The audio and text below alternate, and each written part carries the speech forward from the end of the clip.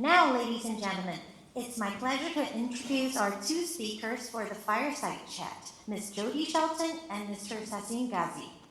Jodi Shelton is an exceptional leader and a true pioneer within the technology space. As the co-founder and CEO of the Global Semiconductor Alliance, Jodi Shelton has been instrumental in shaping GSA from its inception. Under her leadership, GSA has grown to represent over 300 corporate members worldwide, addressing global challenges in the semiconductor industry and driving collaboration, integration, and innovation. Mr. Sassine Ghazi is President and CEO of Synopsys. He is leading the bold transformation of Synopsys into a global silicon and systems design solutions company.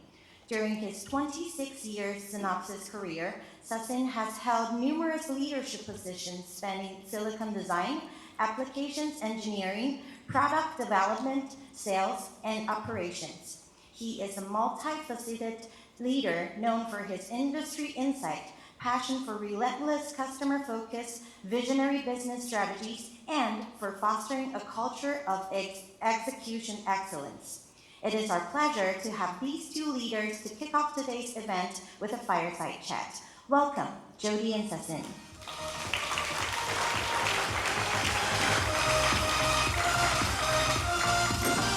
Okay, Sassine, do you have a good side in either one? It's okay. Okay. You can take that one. All right. Well, it's really wonderful to have you here in Taiwan. I know that Synopsys is a very important company here in Taiwan. You've got many customers probably sitting in this room and across all of Asia. So I'm glad that you returned today. I think you travel here quite often. Actually, it's my third trip this year. Okay. And it's great being here, see many friends, colleagues, fantastic being here. Wonderful. Well, Sassine is one of those interesting next generation leaders in our industry that have come in to a position of an already established company, so it's not a startup, established company, and a first-time CEO. So there are people like Lisa Su and Matt Murphy, Matt Johnson, Jim Anderson, who actually was the first-time CEO at Lattice, and now he's at Coherent. So it's really going to be interesting to see their fresh perspectives and styles and the impact on the industry. And I certainly am excited to watch you, Sassine, and watch what imprint you make on the industry. I think it's going to be an exciting few years. Thank you. Thank you. It's great to step into a role where you already have a great company with an aspiration to make it even greater. Art has done an incredible job founding and being the leader of the company for almost 40 years. Okay, so let's talk a little bit about that. So you're not just stepping into anybody's shoes, right? You're really trying to figure out how to evolve a legacy. I'm sure everybody in this room knows Art, and he's had a huge impact. So talk a little bit about what that must be like stepping into that role. Talk about it both culturally, personally, and then tell us a little bit about sort of where Synopsys is in its history, and since it's almost your 1-year anniversary, about what you've been focused on for the last year and what the next 18 months looks like for you. Okay, great. Little tiny question. Yeah. Maybe I'll zoom out a little bit. I've been very fortunate that within Synopsys, I had the opportunity to do very different jobs. So I spent about 6 years engineering work post-grad school, and that was a combination of Intel and Synopsys. Then moved to about 14 years directly engaging customers in application engineering and sales. Then moved to product development for 4 years, and then into COO president role for 4 years with a broader responsibility. So what that gave me is a sense of the best way to describe it, what it takes to go from good to great in a function. It's very easy to manage part of the organization without having a depth of understanding of the complexity. So that gave me the different flavors. In terms of culture of Synopsys, the reason I've been there for 26 years is the focus, the relentless focus on technology innovation and customer engagements. As you know, when you spend most of your hours during the day doing what I hope that you not only enjoy, you feel like you're making an impact, you want to enjoy the people you're working with, the type of work you're doing, et cetera, et cetera. And Synopsys absolutely gave that opportunity. And during my time at Synopsys went from under $1 billion in revenue to $6+ billion, from a market value of $6-7 billion to $80+ billion. And that's driven by our ability to deliver differentiated solutions to our customers and the impact that we're providing. Now, Synopsys, where we've been, has been staying on the rhythm of Moore's Law. So we work very closely as part of an ecosystem. We don't work as we innovate in isolation. We innovate in a trio with manufacturing and design in order to enable and empower our customer to build their products. So that's where we've been. Where we're going is going to be different. That scale innovation, I strongly believe, will continue. So it's not like Moore's Law is going to end at 2 nanometer. There is opportunity to continue on innovating with the scale complexity. But in order to achieve those big products of the future, you have to innovate at the system level. And that's what we call the systemic complexity of the new product. So it moves beyond electronics engineering to electronics plus. What are the software workload requirements for your new product? How do you deal with thermal, heat, structure? So it's beyond electronics design to electronics driven by workload, and how do you support that complexity? So as we look ahead at Synopsys, this is the area that we are investing in to go from a silicon enablement to silicon to system solution company. While many of your customers are becoming system companies in many ways, right? Exactly. And if you look at semiconductor companies right now, they're going through their own transformation. Many times you pause and ask, are semiconductor companies competing with their customer? When you have their customer, meaning the system companies, building silicon to optimize their software workload all the way from the system level to the silicon. I don't believe they're trying to compete with the semiconductor companies. It's almost a desperate attempt to differentiate their product, where a general purpose chip cannot necessarily differentiate them. You think of the performance, the energy consumption, etc. You need to have that customization for every workload from the system all the way down to silicon in order to differentiate the end product. That's the big transformation we're going through over the last number of years, and it's changing semiconductor as well the system companies' approach to chip inventory or purchases or supply chain. Right, yeah, we started seeing this, in 2019, we really started inviting companies like Meta and Google and Amazon and Microsoft to be part of GSA because we felt like, if we don't have their voices, then we only have part of the picture. So it's an important observation. Yeah, when I share this number, people are typically in shock. Synopsys today, about 45% of our revenue, 45% is coming from system companies. So those are companies building silicon, but they're not selling silicon. They're building it for their own consumption. And each one of those companies are building that silicon in a very unique way for their specific application. So that's a fantastic opportunity for our industry. It has driven a significant growth. If you look at our market, it used to grow in the mid-single digit because we're tied directly to semiconductor R&D. Semiconductor R&D is not cyclical, it's typically a fairly straight line, and we're a percentage of it. But given the change of how products are being built, it created a new opportunity for semiconductor for silicon, and that today is about 45% of our company's revenue. Okay. Okay, I'm going to throw you a little curveball here. I mean, being a CEO is a pretty tough job, maybe one of the toughest jobs in the world, I think. I think people underestimate it to a large degree, but there's quite a few CEOs in this room. So today, it's very difficult because there are many societal and political conversations that intersect with our industry. And so how do you as a CEO know when to either voice your concern about something or to take a stance without, sort of alienating part or a segment of your employees or customers or partners? Yeah, it's, I want to say there's two aspects of the philosophy we run the company. One is the focus on our technology and who's driving, for what purpose, the technology innovation and disruption, as well as our customers. When you think of regional stress that is going on, we constantly go back to these two philosophies. We're a global company.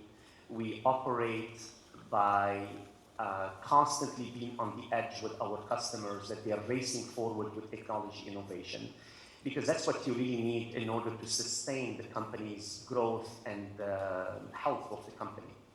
Same thing with the customers. Now, typically, wherever we have a customer base, we invest heavily with our employees and skill-based. Now, in today's environment, it's not only the geopolitical pressure that you have to take into account, there are many other aspects, and especially for I want to say, the new generation entering our industry, that they're not joining Synopsys in this case just because we have a great market position or technology. They want to see, what do you stand for?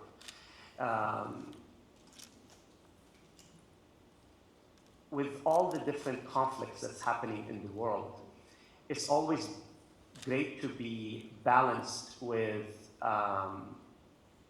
your own philosophy about providing an environment that provides respect inside your company for employees with completely different perspectives and views. If you look at the elections that are happening in the US today, it's very difficult to for employees to accept that, yes, you may have a completely different view within the same company, but inside the company, what comes first is respect in order to drive the mission of the company. But it's tricky, it is challenging, because taking one position, you're going to offend. So the best way is to stick to the philosophy of what does the company stand for and why. Yeah, I think we can learn a lot from just respecting each other, even when we disagree. We can't all be Elon Musk sort of out there stating your personal views at all costs, right? Because again, when I look at Synopsys, even you don't have to go far, even inside the US.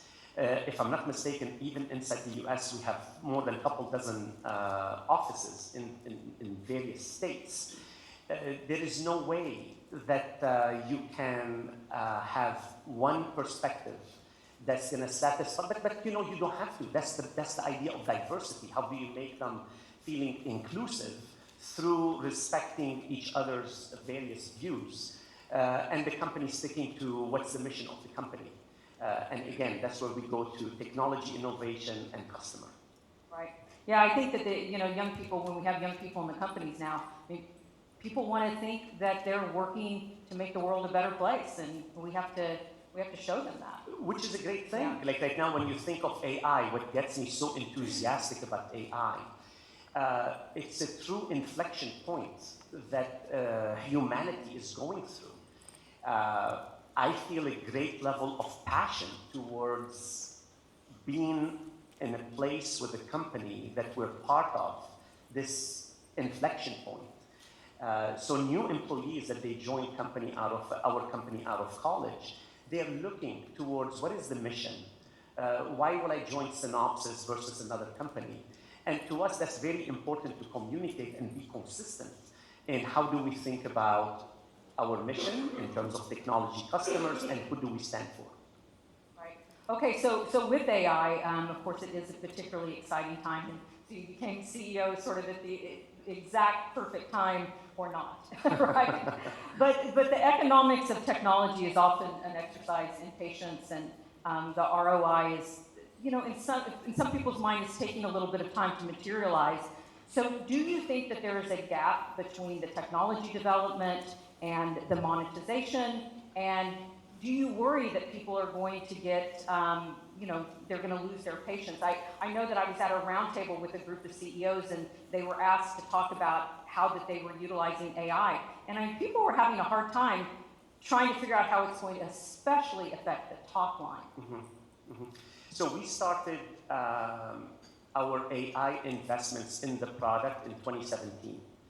That was right around in 2016, Google demonstrated that reinforcement learning can be applied to complex optimization challenges. And that's what EDA does. Most of the EDA products that we have is about optimization techniques. So around 2020 timeframe, so we started the investment in 2017, around 2020 timeframe, we demonstrated that AI in EDA can look at the broad space of optimization and consistently provide a better outcome, better power, better performance, better area, and faster than a human optimized chip or blocks of the chip.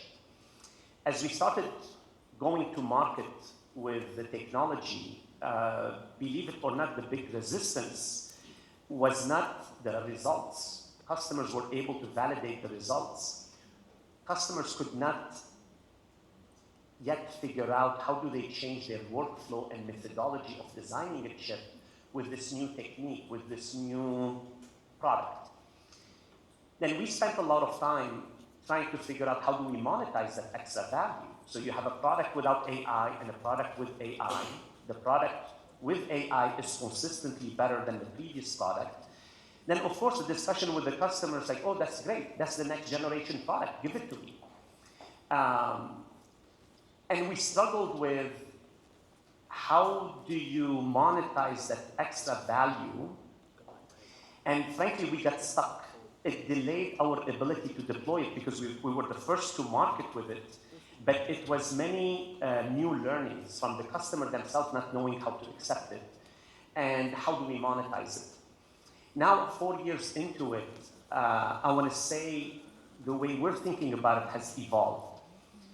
We've been talking about AI as the thing. How do you monetize AI? AI is going to become in everything. Every product we have will have AI in it. So how do we evolve our monetization and go to market, knowing that this is the next step up in the product development, in the product value and impact to the customer? And where we're going at this stage, we will have parallel offering to customers because not every customer is looking to that most advanced technology. They can get the job done with the prior generation technology. With the customers that they're using the most advanced technology, having AI, we're able to monetize it. So they pay more for a suite with the AI. So right now, because when you're a public company, you cannot say, yes, sure, we're monetizing it. You have to report it. So what we're seeing right now in the areas where we have AI as part of the product, we're seeing about 20% uplift from the baseline without AI to the product that has AI. We're seeing on average about a 20% uplift in revenue for the customers that they're purchasing the product with AI. Because they're getting to market quicker? Because they're seeing significantly better results faster. If you think about today, when you ask anyone sitting here, what are the biggest challenges we're dealing with, is the pace of complexity. And there is shortage of skills. Not today's Synopsys, including many customers here, we cannot find the right skills to support the innovation roadmap that we have.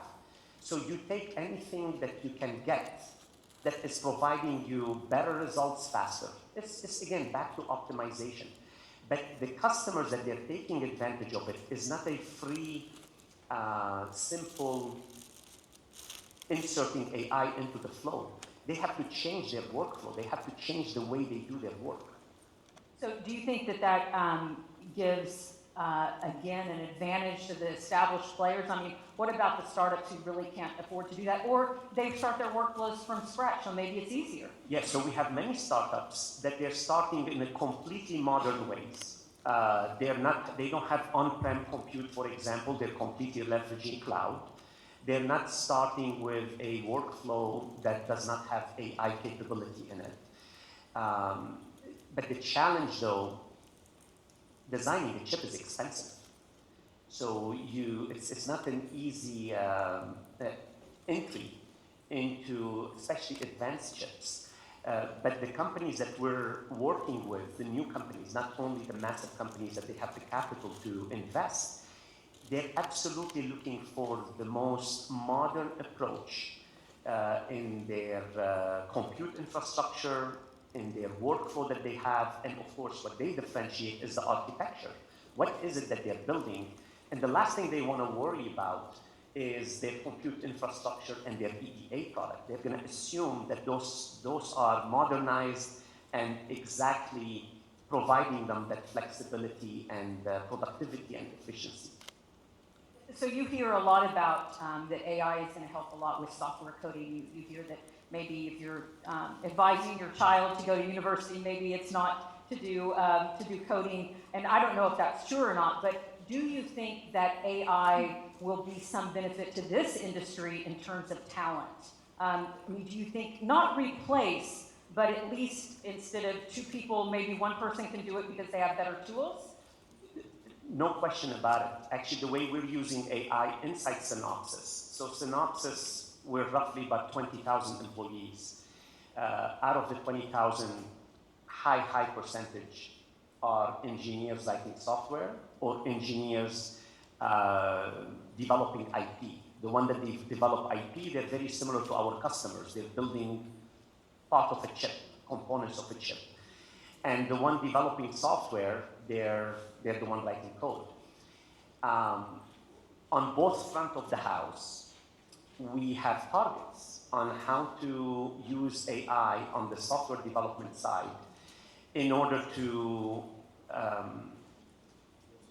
focus the skills that we have on the differentiated work, and everything else, if they can leverage AI for, let's say, test bench generation, documentation, many things that they spend about 30% of their time doing beside the code, is can we leverage AI? And we have targets. We have targets for the 2025, 26. How do we bring in AI and improve our workflow? On IP, same as what we propose to customers. How do you leverage AI in EDA to do your job faster and better? When I look at workflows of the future for semiconductor companies, they're going to be part of the workflow. Let's say the front-end design, RTL, verification. Big part of it will be disrupted by a more intelligent approach to do that part of the design. It can be through models, through using less compute, less EDA to do part of the job. Now, when I say that, some may worry. It's like, oh my gosh, so then they're going to use less EDA from you. Not necessarily.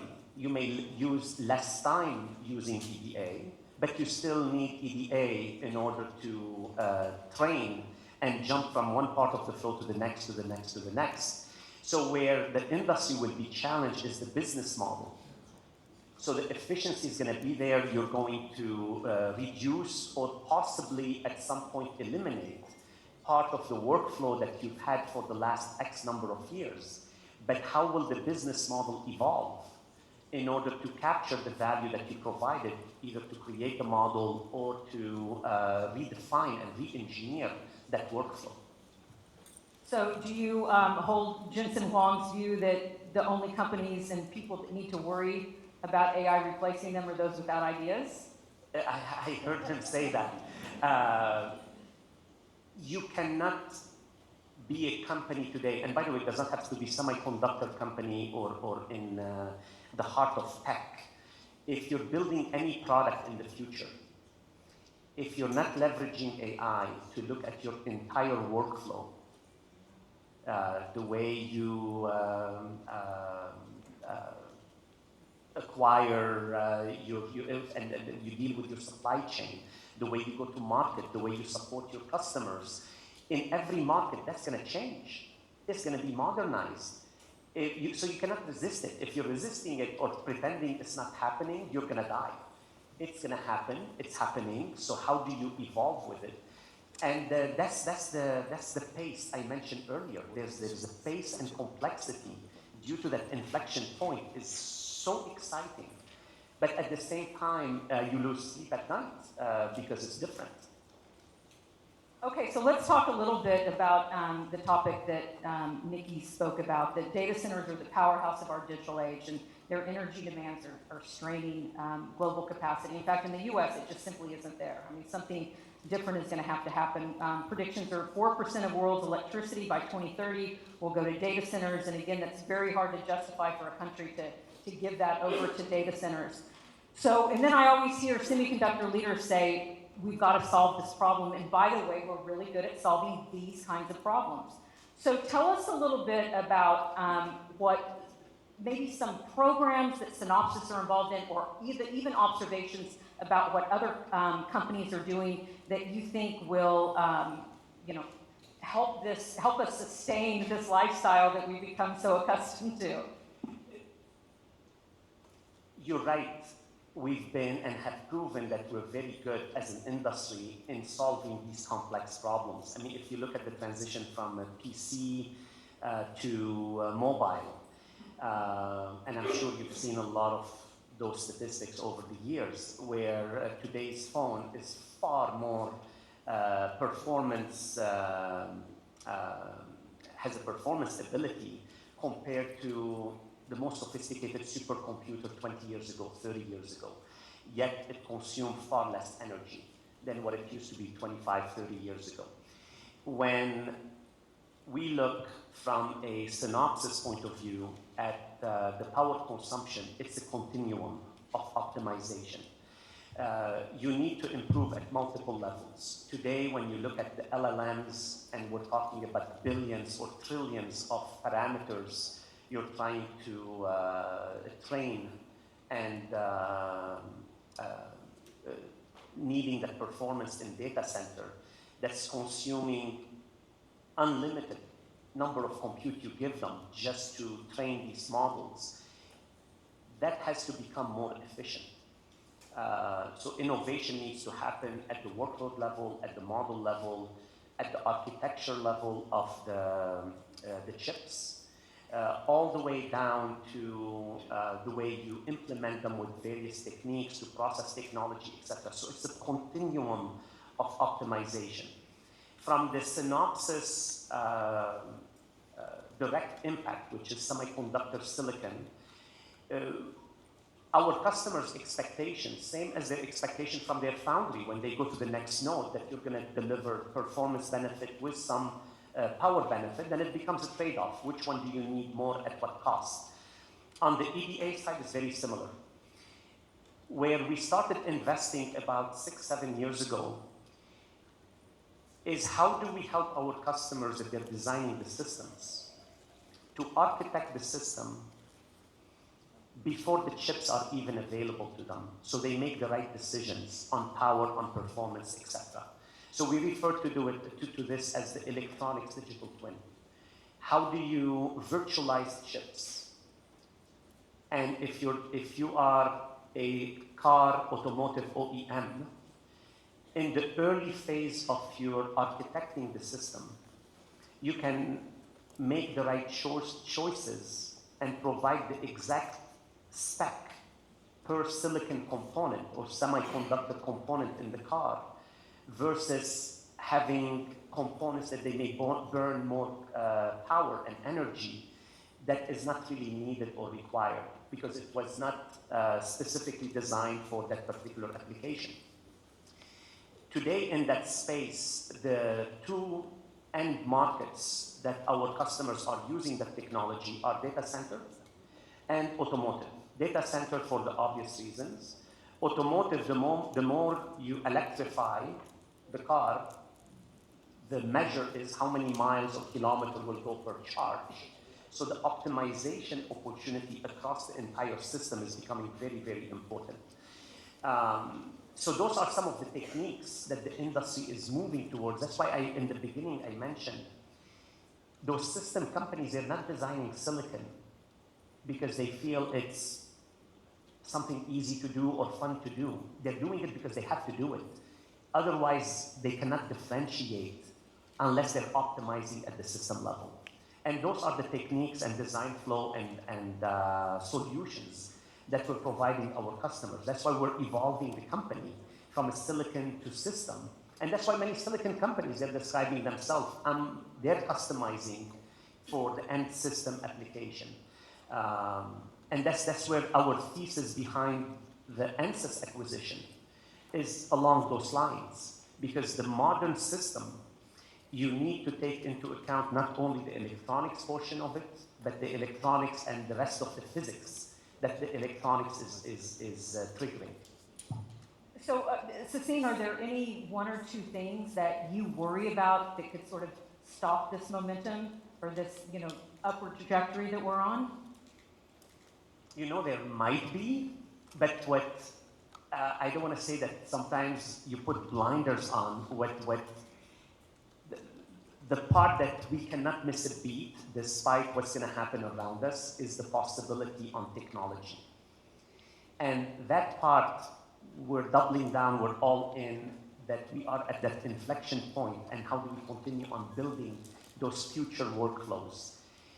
The things that what I meant by putting blinder and we cannot worry, as a company, we cannot let it hinder the pace of our innovation, are things like the tension that's happening, not only geopolitical, many distractions that are happening around us, but this is where it requires the focus. We are at an amazing time right now with the technology possibilities that we're all in our investment and continue on leading with it. So it could be something macro that none of us have any control over. Yeah, they're happening right now. And the way we operate the company, when they happen, we acknowledge two things. One, we're a global company, and any action that is happening is having an impact on Synopsys, but how do you adapt and adjust and making sure that we are operating strictly within the guardrails of restrictions, be it technology, be it entity list, et cetera, et cetera. Those are things I want to say we got used to them because they've been happening for the last 5-6 years. From a technology disruption, there are going to be things that are going to be possible that's very hard to predict right now. For example, do I believe in the concept with AGI that a machine may self-optimize itself, be it as it's you're running an EDA product on a part of your chip design, that over time the results and the outcome may be far better than we can anticipate right now? The answer is yes. When, how, very hard to say. Okay, we're over a little bit, but I want to ask you one more question so we can all kind of get to know you a little bit better. Looking back on your career, what would be one piece of advice that you would give your younger self that would either, I don't know how you'd be more successful, but maybe make it more interesting along the way? What would that advice be? When that question comes up, and it comes up lately, I have a hard time answering it. I'll say being more patient around learning before jumping into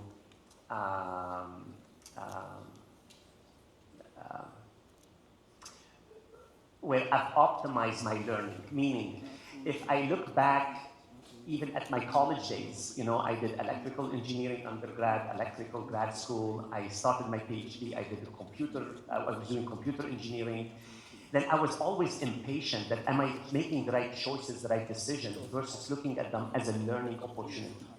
Because in my mind, having the ability to be broad and go deep in certain areas is in a multidisciplinary way is a very important skill in our industry, because our industry requires it. You cannot just be at a thin level and assume you're going to run with the people that we have in our industry. So maybe patience around learning, that would have been my advice when I was in my 20s.